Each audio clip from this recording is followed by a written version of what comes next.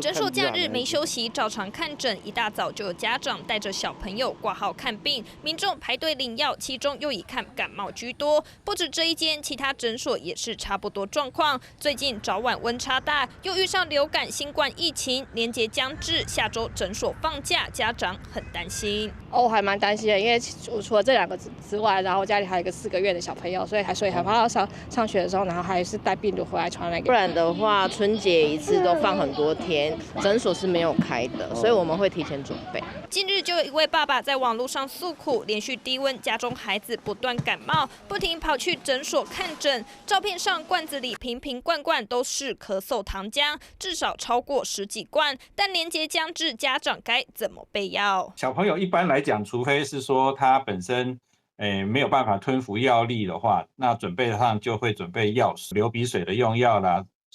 退烧头痛的用药。春节诊所休息无法看诊，家长虽然事先备药，但遇发烧、胸痛症状，病情加重，还是需要尽速就医。以近日呼吸道症状加剧，耳鼻喉科张宏医生抛出长长的电脑候诊名单，平均1分钟就一个人挂号看诊，新冠肺炎、流感及腺病毒占最大宗。说上呼吸道融合病毒。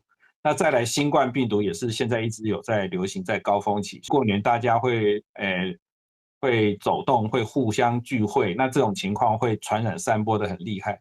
春节人潮多，群聚的风险增加，医生还是建议戴口罩、勤洗手、接种疫苗，让感染率降低。3立新闻黄大卫、陈元安高雄报道。